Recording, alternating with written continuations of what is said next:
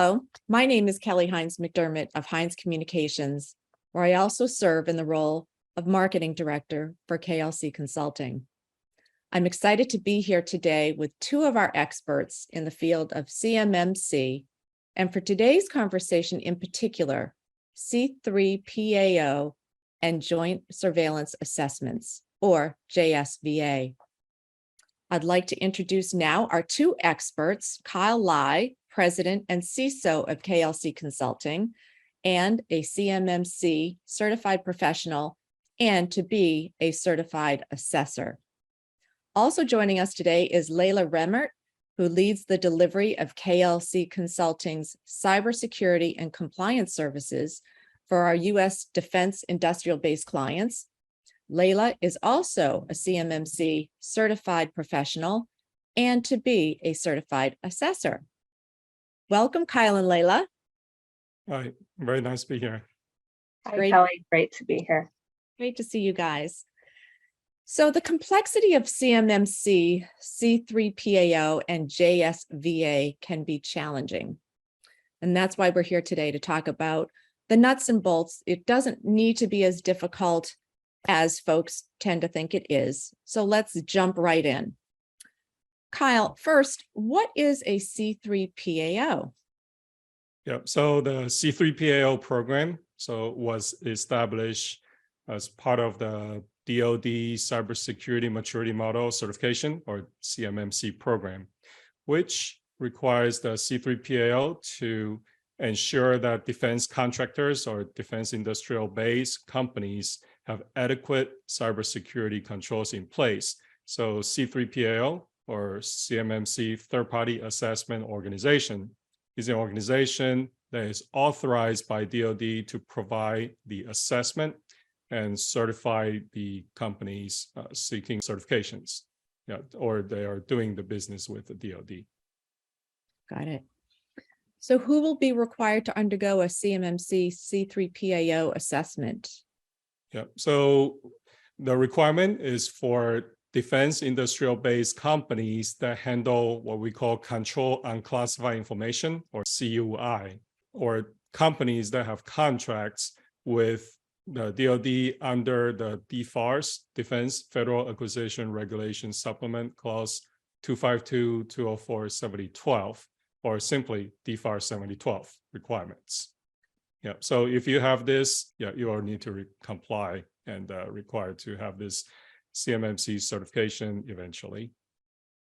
And when will that eventually be? When will CMMC assessments be required by the Department of Defense? Right, so based on our understanding today from DoD is that most likely CMMC rulemaking is going to be completed and then finalized by mid-2024. Exact date, we don't know yet. When the rulemaking is done, they're going to go through the public comment period.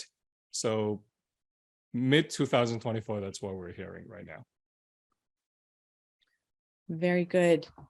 Layla, what is the JSVA program? Can you explain what it is and how does it relate to NIST 800-171, SPRS, and CMMC? Absolutely. The Joint Surveillance Voluntary Assessment, or JSVA program, is again a voluntary program offered through the United States Department of Defense, which is a team which the Cyber AB works with the C3PAO companies for organizations seeking certification to essentially get ahead of CMMC and will equal a level 2 CMMC certification and authorization once the rulemaking has rolled out. Essentially, JSVA helps contractors assess and improve their compliance with DoD procurement regulations and standards through the DFARS and also NIST cybersecurity requirements, and specifically NIST 800-171 cybersecurity requirements.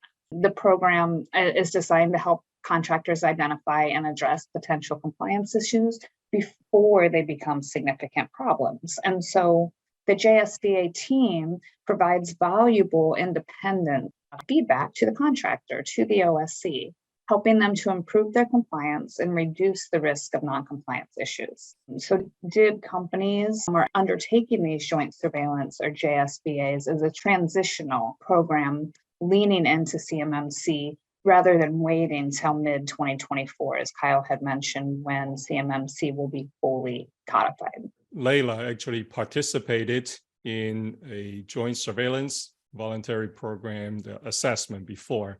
So Layla definitely know what she's talking about. Thank you, Kyle.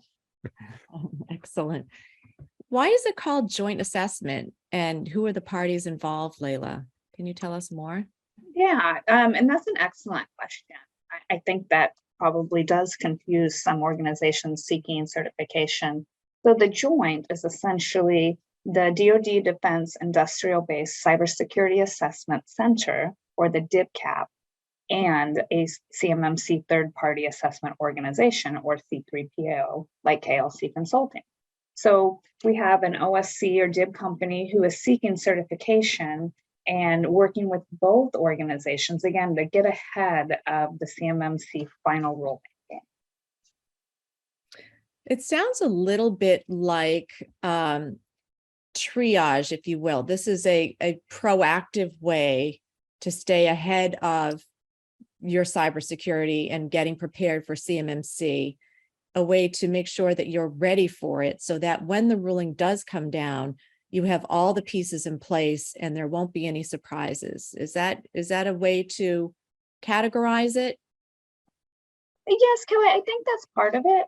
The other part of it that is very appealing to OSCs is they can advertise and market to their customers, to their DoD clients, that, hey, we did get ahead of CMMC because we leaned in, we were compliant early. And so it is almost, if you will, bragging rights for OSCs to get into this program early.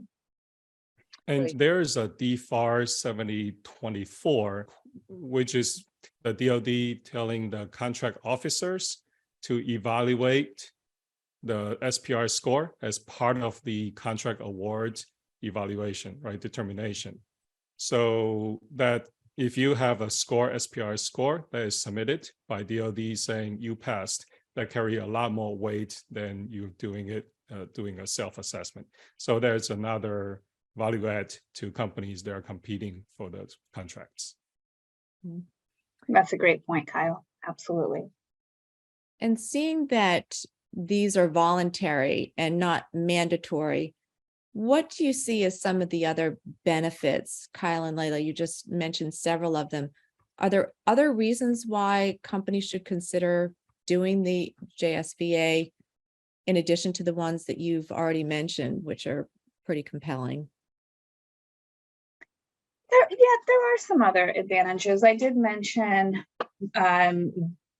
being first, if you will, in the DIB in general, not having to wait until it is mandatory, not potentially having to wait in a queue of a C3PAO that might already have 20 or 30 assessments ahead of them, because once CMMC is adjudicated, I think it will be a mad rush to get in for compliance. So it's actually very smart to get in early and do the voluntary assessment. The other advantage, or one of the other advantages, is these successful assessment results are entered into the Supplier Performance Risk System, or SPRS database.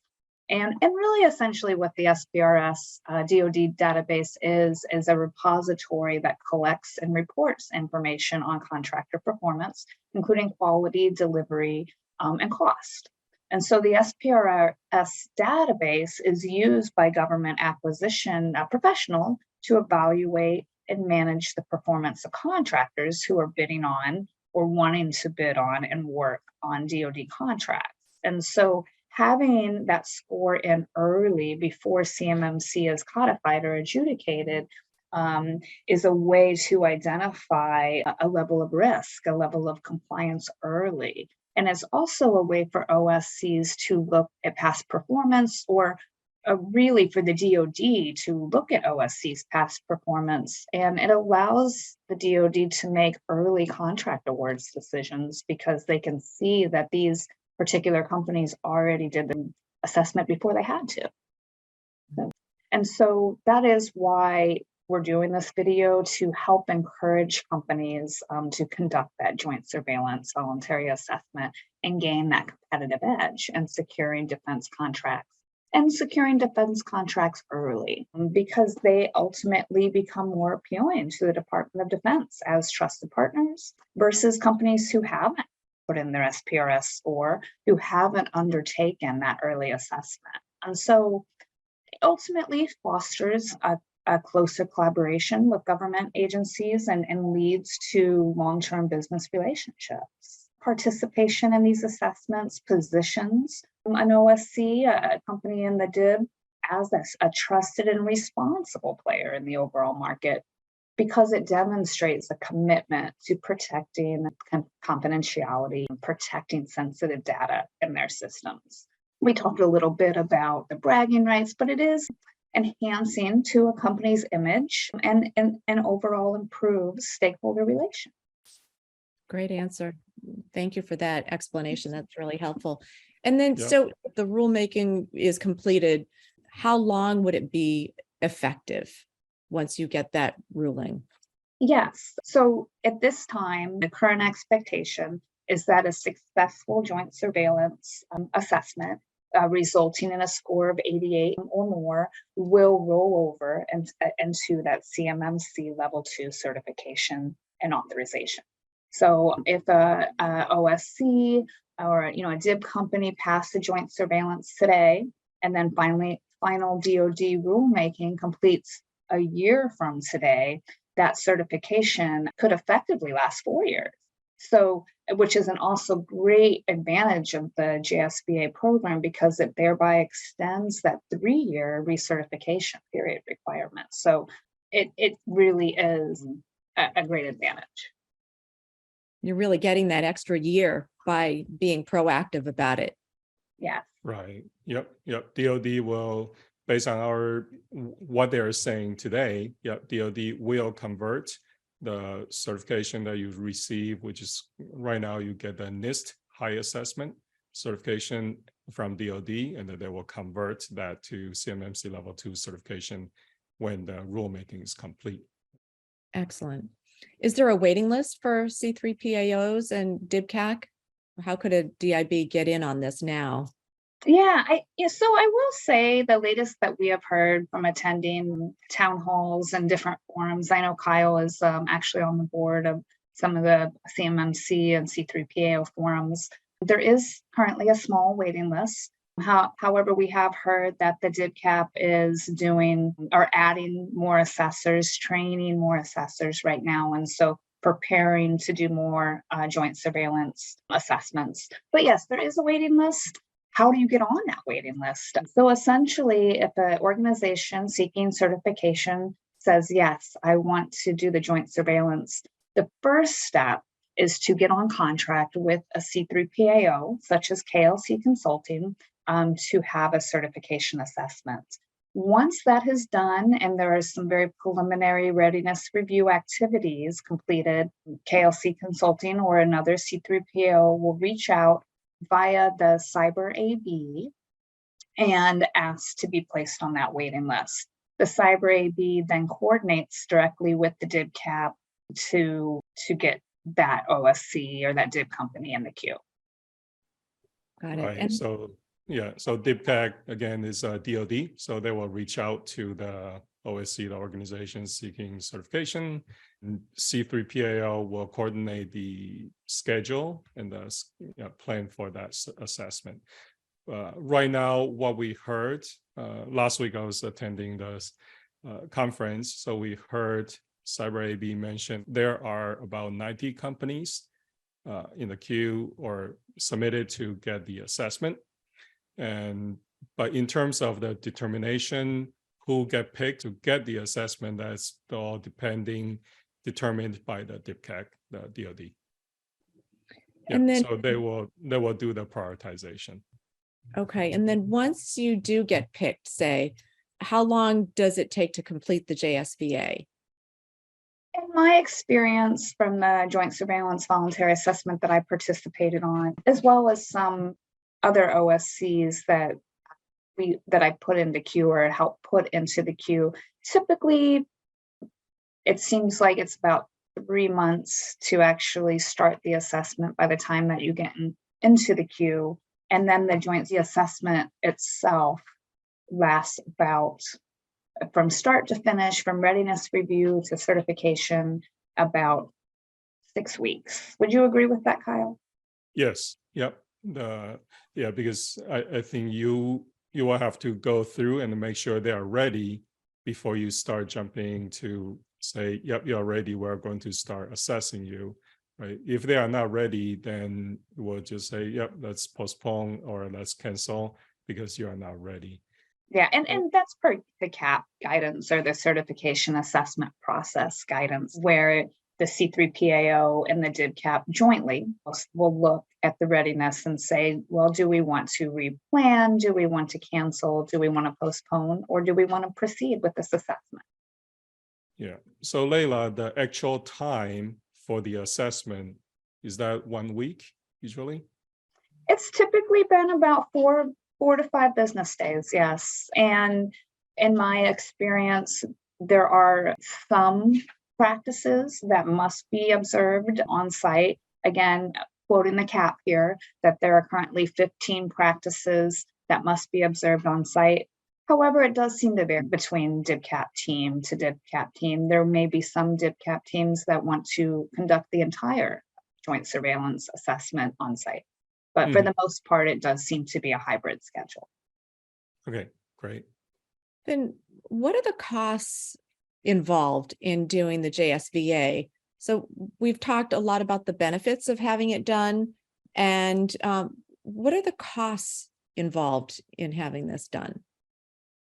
Well, Kelly, that really does vary on a lot of factors that would drive that cost. The type of business, or what you would call the sector or DIB subsector that a particular organization works with, whether they're a manufacturer or an engineering firm, or perhaps critical or general infrastructure for the DIB. There's several different factors there, or maybe a software development company, or a managed service provider or MSP.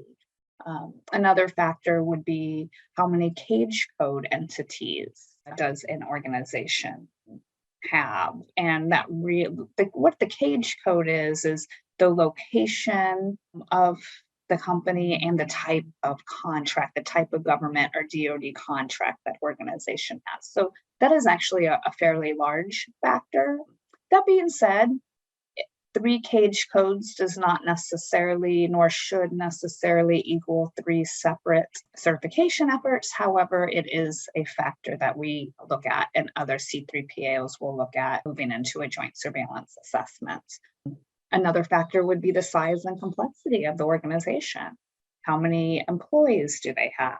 How many endpoints do they have? We talked about location. How many physical facilities? How many applications? Are they a cloud-only environment, or more of a hybrid between cloud and on-prem? How many managed service providers or managed security service providers do they use? And if they do use external service providers, have they developed a customer responsibility matrix?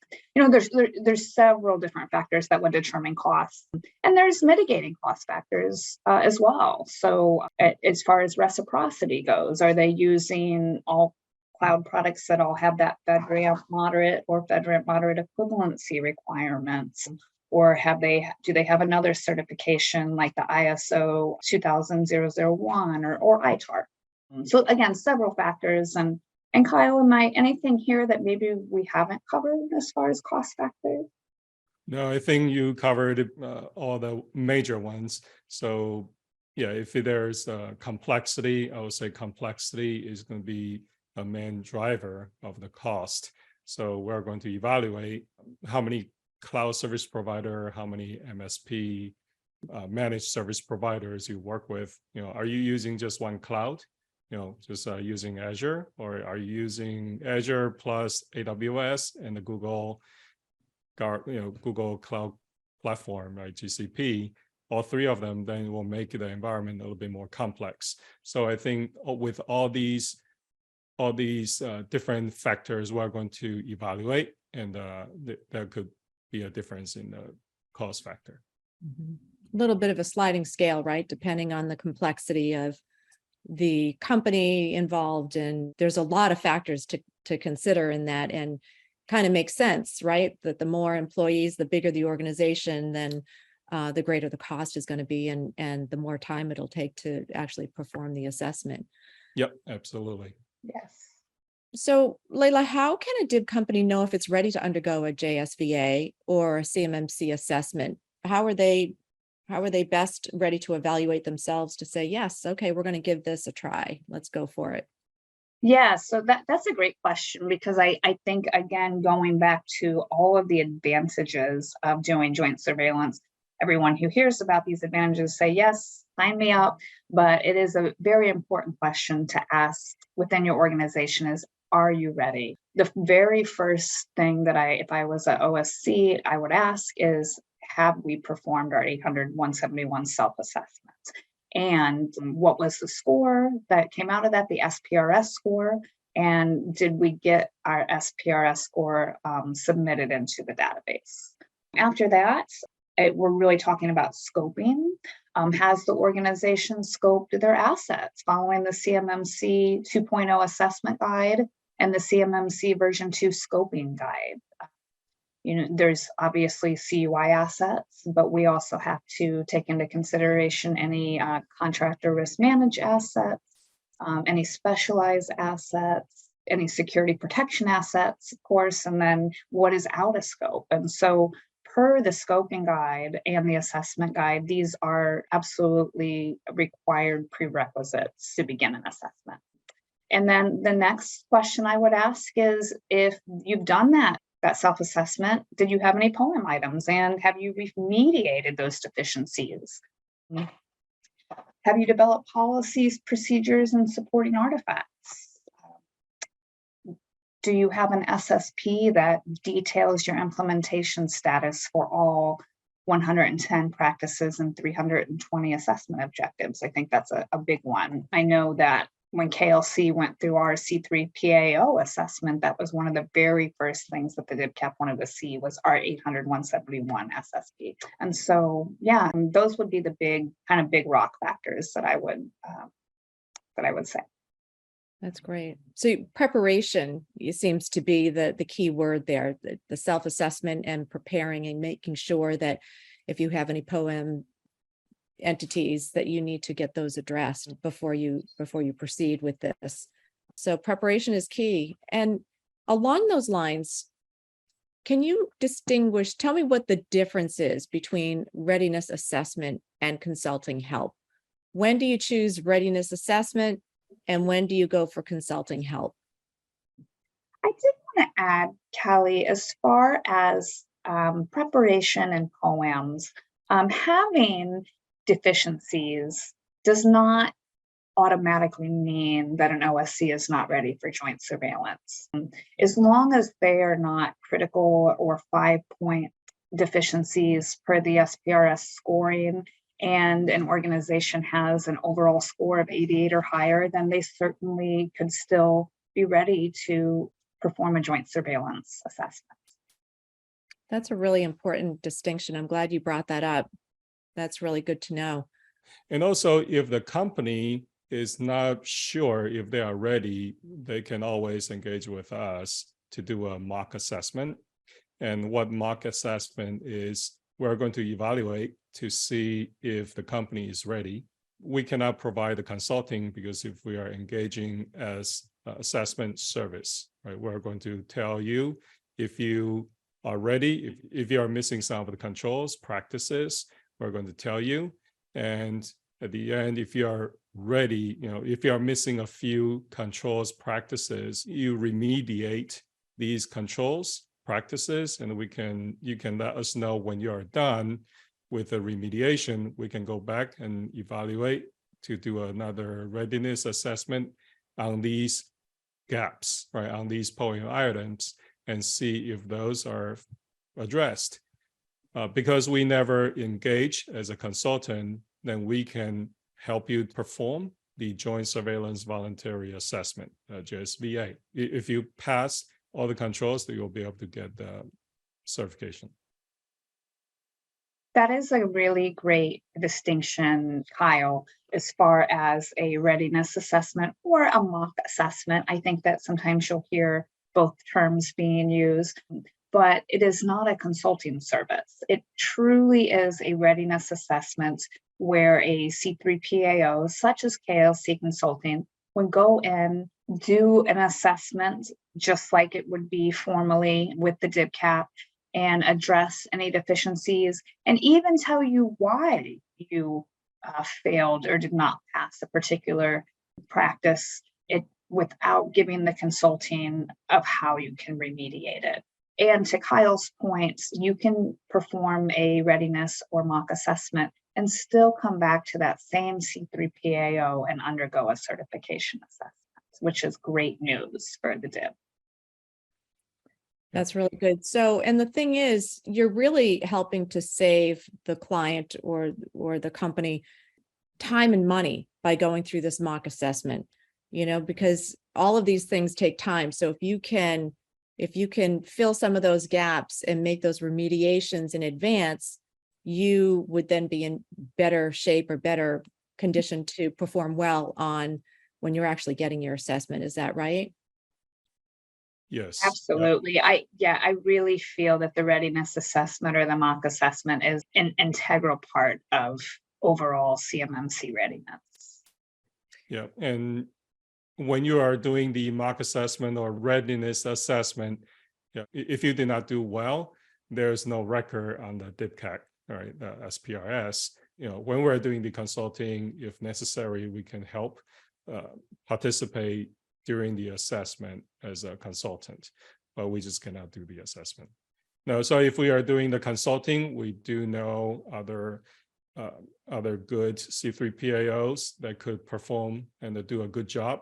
We'll provide some names that you can talk to them directly. We're not going to get involved. So that is the rule. So that makes sense. No double dipping, right? You've got to choose one or the other, but you can't do both, or else it would be a conflict of interest. Exactly. So that keeps things clean. Got That's it. a great point. And another great point that you made is that KLC Consulting does a wonderful job with just teaming out there in the CMMC ecosystem, partnering with other C3PAOs in a very collaborative way. Yes, I myself, I'm on the board of the C3PAO Stakeholder Forum. So we do talk to other C3PAOs. So there are over 100 plus C3PAOs in this forum. And we do talk to Cyber AB and the DIBCAC quite frequently. So we understand how the ecosystem works and build a good relationship. But we stay independent when it comes to the assessment. Why would a DIB company want to work with KLC Consulting? What are some of the other factors that we bring to the table that other firms do not, for instance? Yeah. So from the consulting side, we work with small, medium, and the large, some Fortune 500 companies as well, company with a single cage code or multiple cage codes. So we have that broad experience. And we have several provisional assessors or to be certified assessors on staff.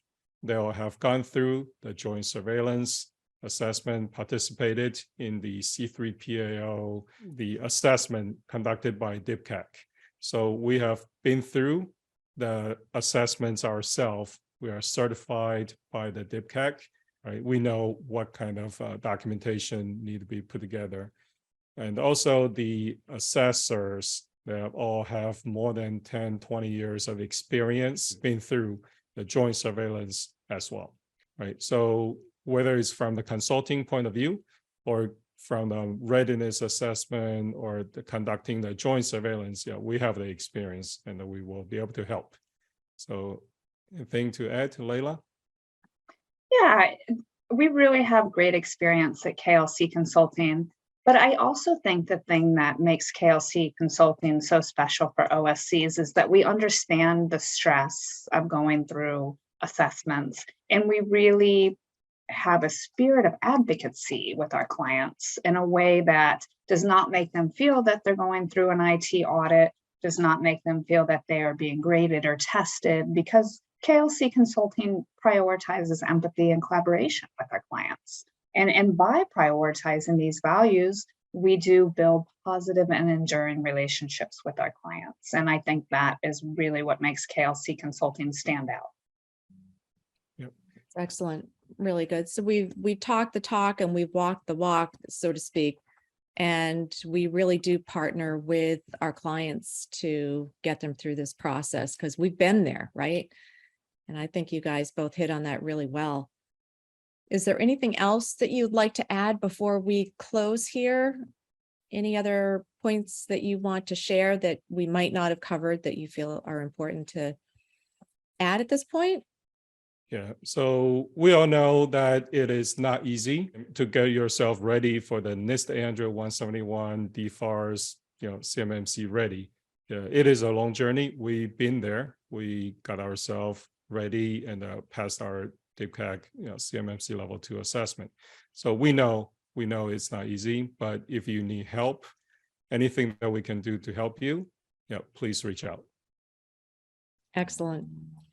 Thank you, Kyle and Layla. Thank you for helping us better understand the nuts and bolts of C3PAO and JSVA assessment services. And thank you to our viewers for joining us today. If you'd like to contact KLC Consulting, please see our contact info at the end of this video. And thanks again for watching, and we'll see you next time. All right. Thank you, everyone. Thank you. Thank you. Bye.